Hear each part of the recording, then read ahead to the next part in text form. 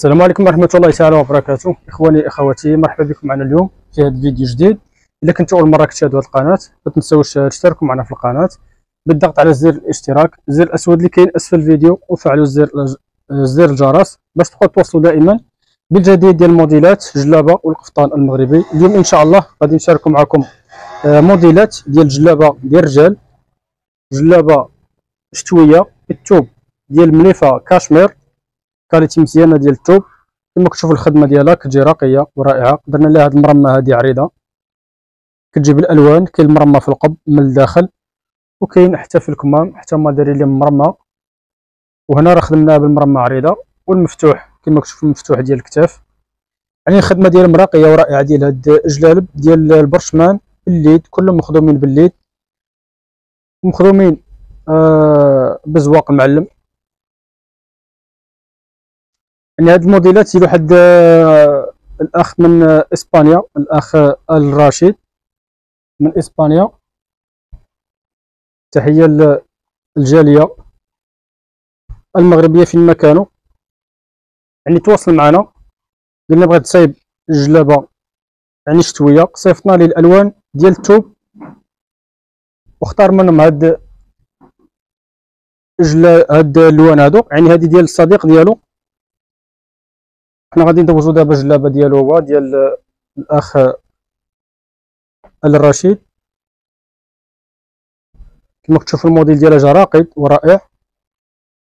الثوب راه المليفه، هذه المليفه كاشمير، والمليفه ديالها راه رطبه، يعني طايحه، ماشي ديك المليفه اللي كتكون واقفه وكتكون سخونه، يعني ديال البرد، سخونه وخفيفه، واللوين ديالها حتى هو راقد وما كتحببش. يعني هذه المليفه هذه راه ما كتحببش،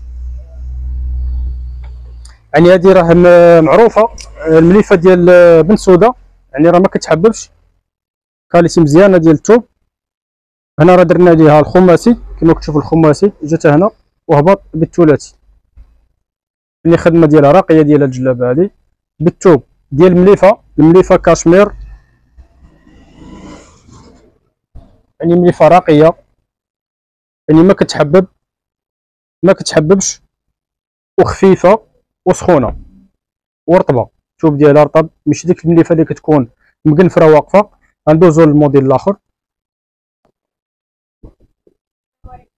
سلام عليكم. كاينه هذه كما كتشوفوا بالثوب ديالها، راه الثوب كري، يعني لون الدرهم. كما كتشوفوا الخدمه ديالها كتجي راقيه، يعني نفس الموديل هادو راه درناهم نفس الموديل نفس الخدمه، يعني حتى هي مخدومه بالمرمى عريضه. راه عندها في الكمام وفي القب من الداخل كيجي مغلف، السفيفه عريضه مرمى، كلشي مخدوم بالليد. الثوب ديالها حتى هي راه الثوب ديال مليفه كاشمير، مليفه ديال البرد ديال بن سوده، يعني حتى هي راه ما كتحببش وخفيفه ومطلوقه ورطبه في اللبسه ديالها، يعني راه خفيفه وسخونه ديال البرد. مليفه كاشمير، يعني معروفه المليفه ديال بن سوده، يعني عنده المليفه والكريب، يعني كله كيكون اثواب يعني راقيه.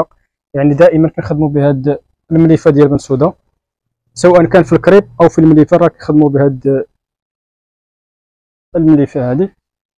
الا عجبك هذا الموديل غتسكرينيه وغتصيفط لنا في واتساب، وحنا نقول لك الثمن ديالو بشحال كيطلع بيوتيوب وخياطه. الارسال راه داخل وخارج المغرب، يعني فيما كنتي كتوصلك حتى للدار، سواء كنتي داخل المغرب او خارج المغرب. بالنسبه لهذا الاخ هذا غادي نصيفطوها ليه لتطوانه ان شاء الله. كما كتشوفوا الخدمه ديالها راه كتكون مغلفه من الداخل بالثوب او بالمرمى. وهنا راه درنا ليها المرمى عريضه عند الصدر، والمفتوح راه كيكون عندها، هذا هو المفتوح ديالها، كيكون في الكتاف يعني من الفوق. خدمه راه ديال الليد. المليفه كما كتشوفوا راه رطبه طايحه، ماشي ديك المليفه المقنفره الواقفه، خدمه ديال الليد. الا عجبك هذا الموديل غتسكرينيه وصيفطيه لنا في الواتساب. انا نقول لك الثمن ديالو بشحال كيطلع بيوتيوب وخياطه. الارسال كما قلنا راه داخل وخارج المغرب، يعني فين ما كنتي كتوصلك حتى للدار، سواء كنتي داخل المغرب او خارج المغرب. ما تنساوش تبارطاجيو الفيديو مع الاصدقاء ديالكم في مواقع التواصل الاجتماعي الفيسبوك والواتساب لكي تعم الفائده على الجميع. كنتمنى لكم فرجه ممتعه، وشكرا لكم مع المتابعه، والى اللقاء في فيديو جديد ان شاء الله.